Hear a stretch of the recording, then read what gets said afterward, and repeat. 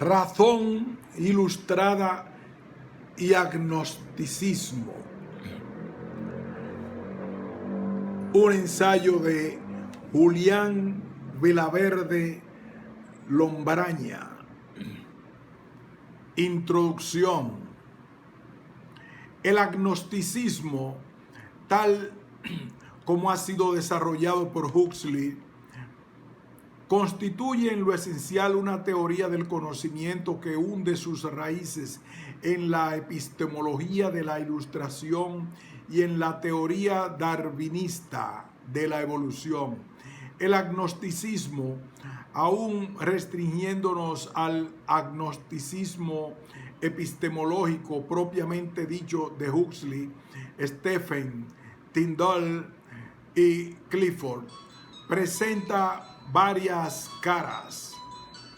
El de Clifford hacia la creencia, el de Stephen hacia la moral y el de Tyndall hacia la religión. Pero la cara más marcada es la que da hacia la ciencia y tiene un núcleo común conformado en buena medida por el advenimiento del evolucionismo y por el contexto sociocultural de su tiempo. Fundamentos filosóficos del agnosticismo.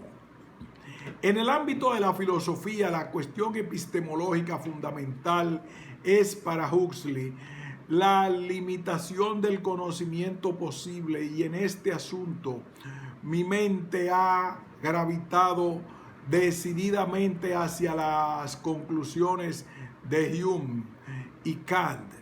Por eso, no estoy en absoluto de acuerdo con la tajante afirmación de que la adopción del término agnóstico es solo un intento de enmascarar el producto y que constituye una mera evasión con relación a la Iglesia y a la cristiandad.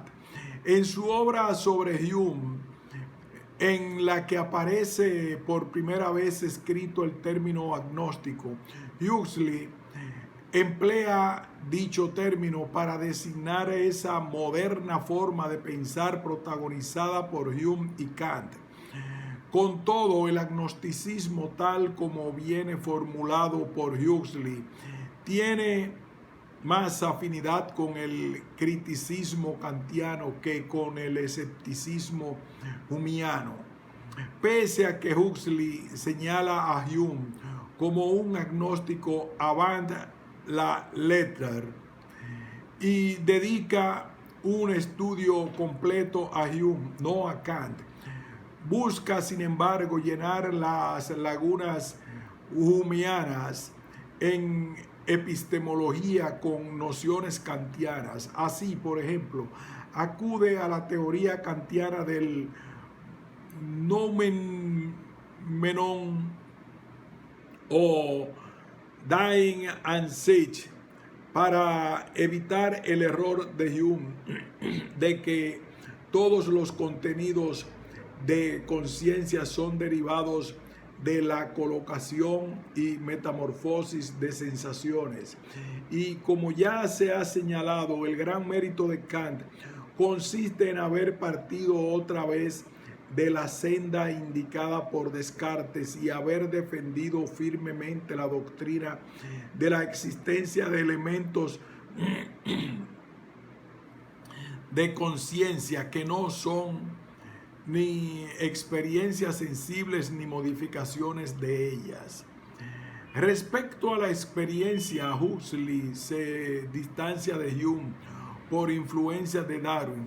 Los dualismos, experiencia, razón, sensibilidad, entendimiento, etc., persistentes en la epistemología kantiana, resultan insostenibles con el asentamiento de la teoría de la evolución del siglo XIX, y una vez rotas las limitaciones estáticas del mecanismo vigente en el siglo de Hume y Kant, el evolucionismo supone efectivamente la eliminación del dualismo, sensibilidad, entendimiento.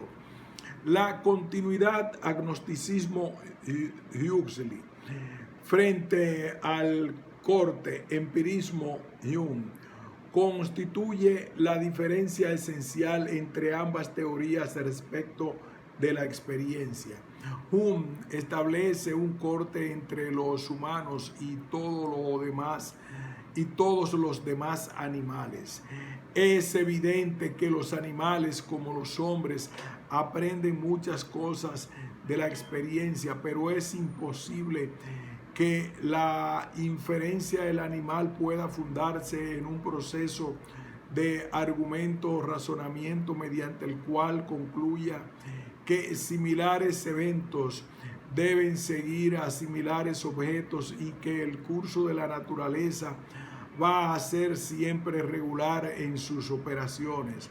Los animales no se guían pues en estas inferencias por razonamiento, ni son niños, ni son la generalidad de la humanidad en sus acciones y conclusiones ordinarias, ni son en sí filósofos, quienes en todas las partes activas de la vida, en lo esencial lo mismo que el vulgo, y se gobiernan por las mismas máximas. La naturaleza debe haber proporcionado algún tipo de otro principio de más fácil y más general uso y aplicación. En este corte entre naturaleza animal y naturaleza humana se corresponde con el que Hume establece su geografía mental entre las impresiones de sensación y las impresiones de relación. Huxley, en cambio, apoyado en la biología evolucionista, elimina la discontinuidad entre el hombre y los animales, donde mejor queda reflejada la influencia de la teoría de la evolución en la filosofía agnóstica del conocimiento es en el trabajo de 1874, On the Hypothesis that Animals are Automata and Its History. Aquí plantea Huxley la doctrina de la continuidad. Continuidad animal. Los fenómenos complejos de la conciencia deben aparecer de manera gradual, sin cortes. Los animales, como quizá no poseen nuestra intensidad de conciencia y como carecen de lenguaje, no pueden tener una cadena de pensamientos, solo cadenas de sentimientos, pero a pesar de ello poseen una cierta conciencia que prefigura la nuestra de un modo más o menos claro. Continuidad materialista, apoyándose en los experimentos de Fugger y Goltz, sostiene Huxley que los cambios de moléculas en el cerebro son las causas de todos los estados de conciencia de los brutos, que la argumentación que se aplica a los brutos se mantiene a sí mismo para los hombres y, por tanto, que todos los estados de conciencia, tanto en nosotros como en ellos, son causados inmediatamente por los cambios de moléculas de la sustancia cerebral. Y me parece que en los hombres como en los brutos no hay prueba de que algún estado de conciencia sea la causa del cambio en el movimiento de la materia del organismo. 3. Continuidad determinista general. Somos autómatas conscientes dotados de libre albedrío en el único sentido inteligible de este término del que tanto se ha abusado, considerando que En muchos casos somos libres de hacer lo que queremos, pero a pesar de ello somos parte de una gran serie de causas y efectos que con la continuidad inquebrantable compone lo que es, ha sido y será la suma de existencias. De acuerdo con esta doctrina de la continuidad, los humanos son animales directamente ligados, sin corte alguno, a los demás animales por las cadenas de la evolución. No hay ninguna barrera cerebral entre el hombre y los simios. De manera que tanto los principios de asociación, principios de la mente o de la naturaleza humana en los que Jung funda el razonamiento humano, como la síntesis del sujeto trascendental en la que Kant funda el conocimiento todo, no son actividades espontáneas puramente intelectivas o mentales y exclusivamente humanas, sino que son continuación y evolución de las operaciones, síntesis físicas, corpóreas y de las relaciones físicas sensibles en los sujetos con otros sujetos y objetos. Y esas relaciones y operaciones de los sujetos son las que establecen no solo las condiciones de la experiencia posible, sino también las condiciones de posibilidad de los objetos de la experiencia y de la naturaleza toda. En tanto que para Huxley todo lo que hay es natural o naturaleza, y solo ahí tiene cabida y se desarrolla el conocimiento. Situados ahí, no hay límites, no hay zonas inaccesibles a nuestro conocimiento, porque el orden de la naturaleza es asequible a nuestras facultades hasta tal extremo que es prácticamente ilimitado. Y tampoco hay escepticismo al estilo de Jung, porque el ámbito del conocimiento se va ensanchando internamente con los desarrollos de las ciencias. En lo concerniente a la experiencia, el darwinismo constituye la superación no solo del empirismo humiano, sino también del apriorismo kantiano, en aquel entonces formulado por Wilhelm en polémica con Herschel. En contra de Hume y Herschel, admite Wilhelm, deben ser desarrolladas hasta hacerse claras y distintas mediante un proceso de ensayo y error en la experiencia.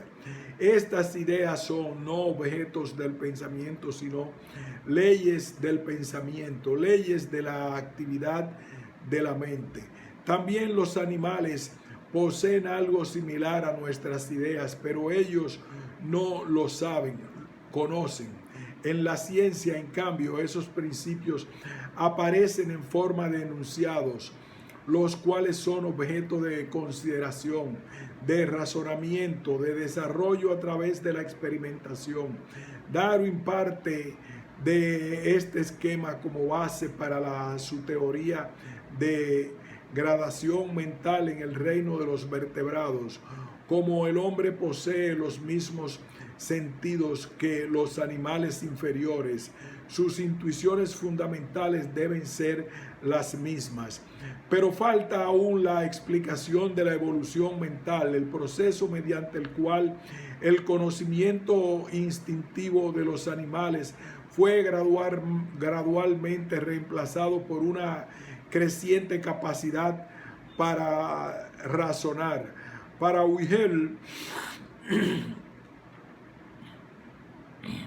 el proceso resultaba desconocido. La solución ofrecida por Darwin, que socava el apriorismo de Wilhelmiano, también el kantiano, consiste en colocar el componente experimental del conocimiento animal en la ascendencia del organismo y considerar la evolución de los instintos animales que llevan a las ideas como un proceso análogo al proceso de ensayo y error mediante el que, según Will, las ideas fundamentales humanas se desarrollan y se hacen claras y distintas en la experiencia. Esta explicación evolucionista del origen de las ideas echa por tierra el apriorismo wigeliano de las ideas fundamentales entendidas como perfectas adaptaciones, en tanto que en perfecta correspondencia con el mundo pueden proporcionar verdades indiscutibles. Según la madura teoría de Darwin, el origen de las especies, la selección natural, principal causa de la evolución, no produce perfecciones absolutas. La naturaleza selecciona no las variaciones perfectamente adaptadas, sino las que son algo mejores que los organismos competidores. Y si las ideas fundamentales no son perfectas, no pueden cumplir la función de Wigel, que Wigel quería atribuirles. No pueden proporcionarnos conocimiento incorregible de las leyes naturales que regulan el mundo en el pasado, en el presente y en el futuro. La conclusión de aquí extrae Clifford, quien buscó compaginar al apriorismo de Wigel con el evolucionismo de Darwin, es que el conocimiento humano nunca es absoluto y teóricamente cierto. Las ideas de espacio y tiempo son formas no a priori, sino transmitidas a nosotros por vía hereditaria desde los organismos inferiores. De ahí que el conocimiento de verdades geométricas, por ejemplo, la de que la suma de los ángulos de un triángulo en igual es a dos rectos, la experiencia acumulada de todos mis antepasados durante los 150 millones de años no es más competente para decirme eso que mi propia experiencia de los últimos 5 minutos. El darwinismo elimina el apriorismo y la perfección de las verdades y del conocimiento, pero defiende el progreso en la adquisición del conocimiento y de la verdad. Como todas las formas orgánicas vivientes son descendientes directos de las que vivieron hace muchísimo tiempo en la época cámbrica, podemos estar seguros de que jamás se ha interrumpido la sucesión ordinaria por generación y de que ningún cataclismo ha desolado el mundo entero. Por tanto, podemos contar con alguna confianza con un porvenir de gran duración, y como la selección natural obra solo mediante el bien y para el bien de cada ser, todos los dones intelectuales y corporales tenderán a progresar hacia la perfección. Esta característica recogida en la epistemología agnóstica es la que, según Huxley, marca la diferencia entre conocimiento y creencia. Las ciencias han acumulado un vasto dominio del conocimiento universalmente aceptado, y las acepciones del hombre y de la sociedad, de la moral y de la ley basadas sobre ese conocimiento, son cada día más y más abiertas o tácitamente reconocidas como los fundamentos de la acción correcta. Con las creencias, en cambio, sucede lo contrario, en que en este campo la historia nos muestra una gran diversidad de credos, religiones, que lejos de integrarse en un todo coherente, son mutuamente excluyentes. El maometano es un infiel para el cristiano y viceversa. En el ámbito de la creencia, No se dispone de criterio alguno racional que determine el error o la verdad. El agnosticismo y el desarrollo de la ciencia. Huxley considera que toda doctrina filosófica que no tome en cuenta ambos datos y los métodos de la conciencia natural resulta irreal. La ciencia constituye la consolidación de un sistema de conocimiento estricto, auténtico. El escepticismo global no tiene ya cabida en epistemología. Solo cabe replantear el estatus cognoscitivo de ámbitos hasta entonces considerados conocimiento. Por lo tanto, el planteamiento de cuestiones y la determinación de nociones epistemológicas no pueden hacerse al margen de y sin referencia a la ciencia, en tanto que sistema de conocimiento consolidado. Huxley, en la línea kantiana totalmente ortodoxa, traza límites a lo que es conocimiento desde dentro de la ciencia, a partir de un principio que es tanto ético como intelectual. Este principio puede ser formulado de varias maneras, pero todas ellas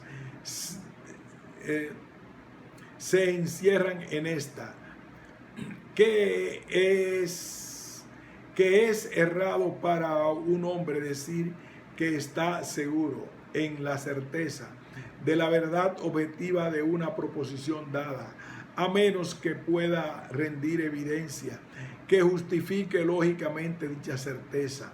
La aceptación del principio agnóstico conlleva la subordinación de la creencia al conocimiento y a la ciencia. Todo hombre de ciencia está obligado a exigir fundamento racional para su creencia y sin el cual el ascenso es meramente un pretexto inmoral. En la conexión entre conocimiento y creencia surge la divergencia entre el agnosticismo de Hamilton, Mansell y Spencer por parte y el agnosticismo de Stephen Huxley y Clifford por otra. Que haya religión alguna de verdades alcanzables por vía distinta del conocimiento racional es tesis negada por el agnosticismo de Huxley. Resulta en cambio esencial en el sistema de Spencer sobre lo incognoscible y en la teología cristiana, tanto católica como protestante. Ni la una ni la otra renuncian al sobrenaturalismo. Protestantismo y catolicismo siguen disfrutando del árbol de lo sobrenatural, en tanto que el conocimiento, la ciencia, en términos de Huxley, no tiene nada que ver con lo sobrenatural, o mejor, que todo lo que hay es natural o naturaleza, y solo ahí tiene cabida y se desarrolla el conocimiento. El agnosticismo no traza límites a priori, como erróneamente suele decirse, al conocimiento humano. Todo lo que si es susceptible de conocimiento, pero no todo el conocimiento. Y versa no sobre lo que el hombre, la mente humana, es capaz de conocer, como frecuentemente es presentado por sus adversarios, sino sobre lo que es o no conocimiento. Su propósito no es negar o cuestionar determinadas capacidades mentales, sino determinar qué es conocimiento auténtico y en este sentido restringirlo al ámbito religioso, el llamado agnosticismo teológico o agnostoteísmo. Es injustificable. El agnosticismo es una filosofía del conocimiento, no de la religión. La aversión de Huxley hacia el positivismo de Comte, pese a la crítica común a la teología y a la metafísica, proviene de que la filosofía positiva de Comte contiene poco o nada de valor científico y así una gran porción que es tan completamente antagónica con respecto a la verdadera esencia de la ciencia como cualquier otra cosa del catolicismo ultramontano. La advocación positivista por el establecimiento de una nueva iglesia ejerciendo la soberanía espiritual de Occidente es, según Huxley, lo más anticientífico. La gran enseñanza de la ciencia, el gran uso de ella como instrumento de disciplina mental es su constante inculcación de la máxima que el solo fundamento sobre el que un enunciado cualquiera tiene derecho a ser creído es la imposibilidad de refutarlo. El positivismo era, a ojos de Huxley, más una religión, el culto a la humanidad, que un estricto corpus de conocimiento científico. En el inmediato contexto inglés, agnosticismo de Huxley hunde sus raíces no tanto en la obra de Mansell On the Limit of Religious Thought, cuanto en la que ve la luz un año más tarde de Charles Darwin, El origen de las especies. Huxley se convirtió en el adalid del darwinismo y la hipótesis de la evolución invadía todos los dominios, incluso los átomos más elementales o las moléculas de Hertzsprung. Estas no son artículos manufacturados, sino elementos sometidos como cualquier organismo vivo a la evolución. El atractivo que para Huxley tenía la nueva ciencia de la evolución residía en que los principios darwinistas dejaban abiertas las puertas a nuevas líneas de investigación que habían quedado cerradas en caso de asumir una creación separada. De ahí su insistencia en rechazar cualquier rastro de lo sobrenatural en la explicación científica y en considerar al darwinismo como incompatible con el cristianismo.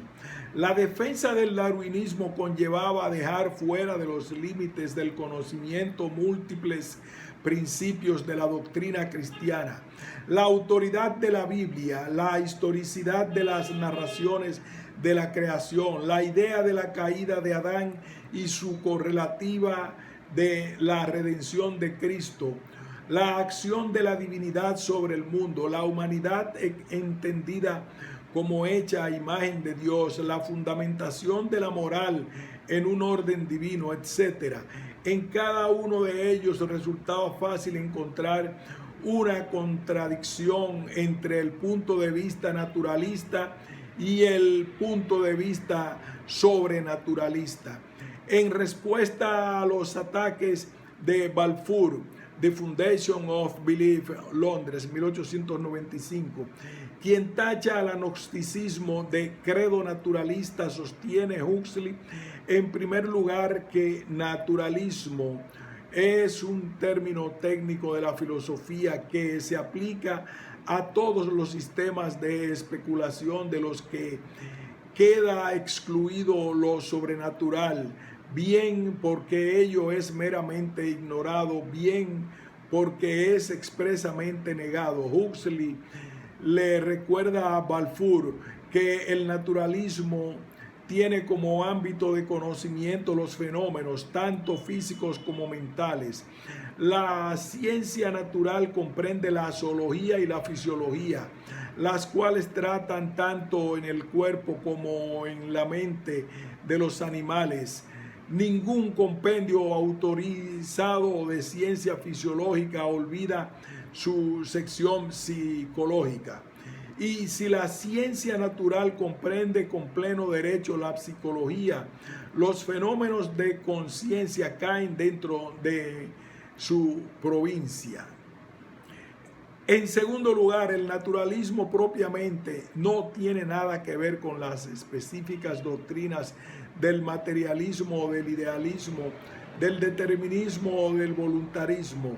Si bien es compatible con algunas de esas doctrinas, la epistemología naturalista del agnosticismo difiere del reduccionismo de los materialistas científicos alemanes, Vogt, Büchner y Molenschott, y de los materialistas dialécticos, Engels y Lenin.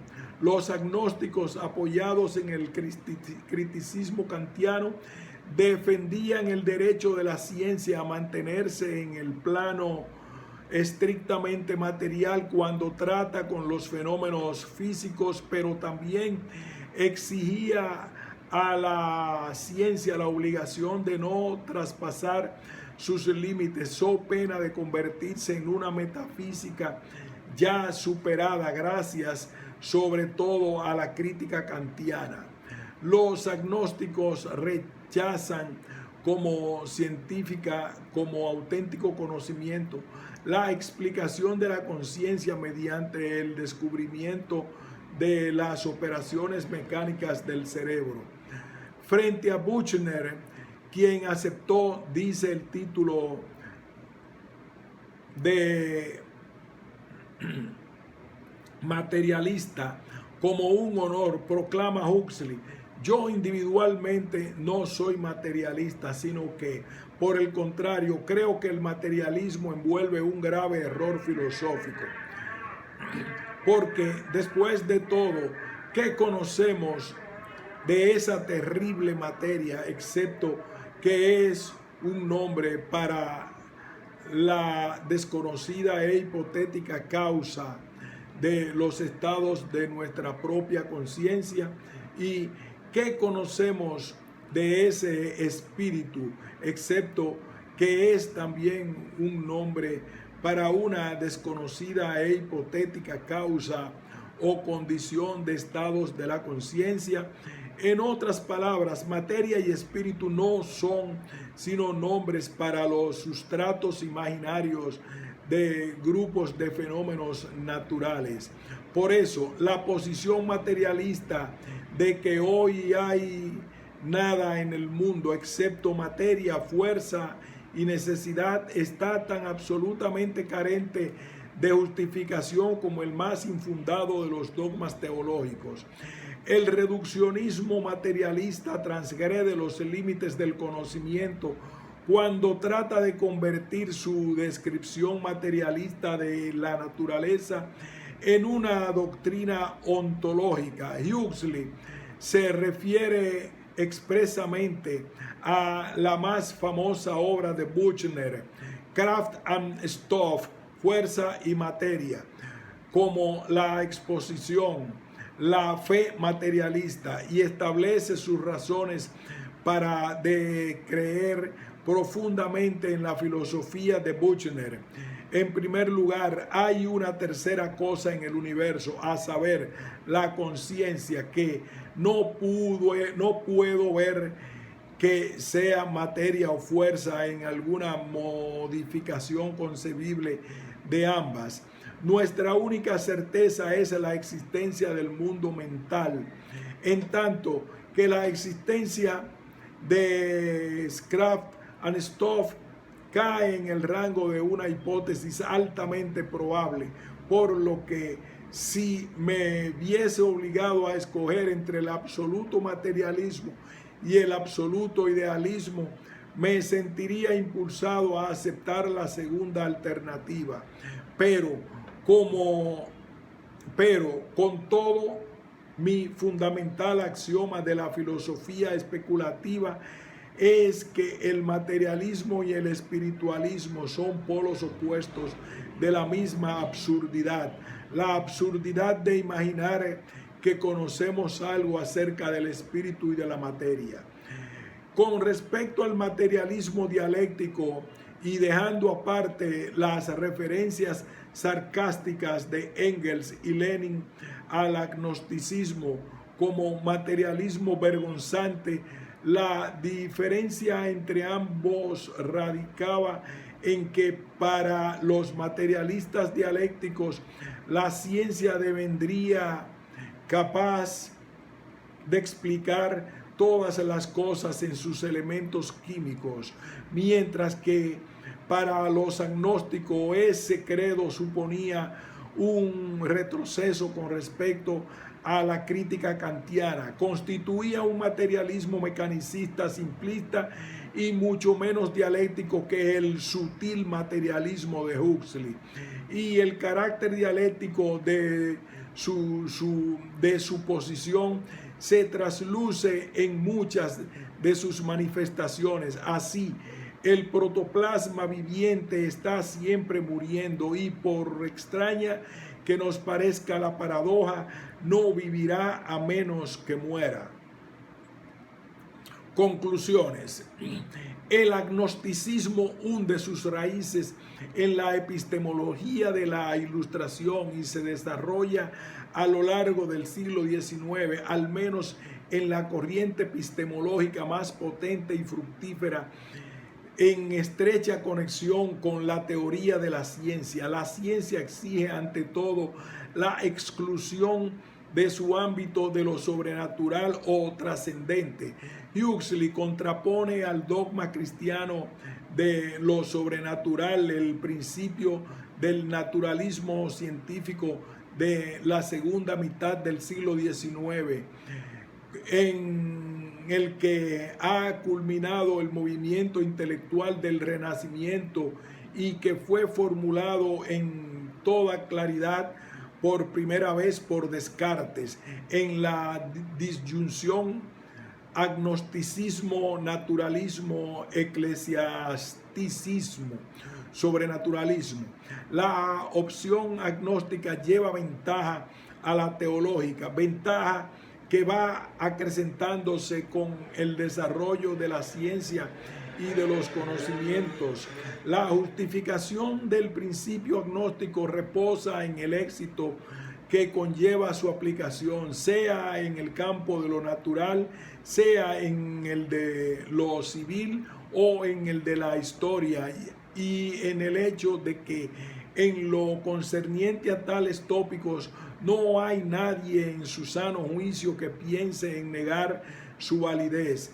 La naturalización del conocimiento conlleva la unificación de su objeto y de su método. Su objeto es el descubrimiento del orden racional que penetra el universo. El método se compone de observación y de experimento, que es la observación bajo condiciones artificiales para la determinación de los hechos de la naturaleza, de razonamiento inductivo y deductivo para el descubrimiento de sus mutuas relaciones y conexiones. El conocimiento natural, el único y auténtico conocimiento según el agnosticismo, progresa en el desarrollo de la ciencia y es el que en realidad guía la conducta de toda persona inteligente. Fin de este ensayo.